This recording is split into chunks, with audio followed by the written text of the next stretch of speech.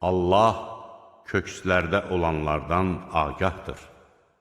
Daha öncə kafir olmuş və öz əməllərinin cəzasını dadmış kimsələrin xəbəri sizə gəlib çatmadımı?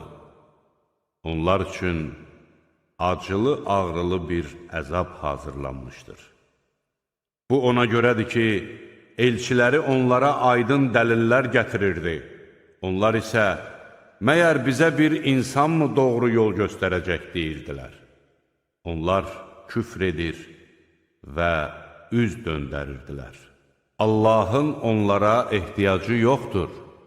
Allah zəngindir, tərifə layiqdir. Kafir olanlar heç vaxt dirildilməyəcəklərini iddia edirlər.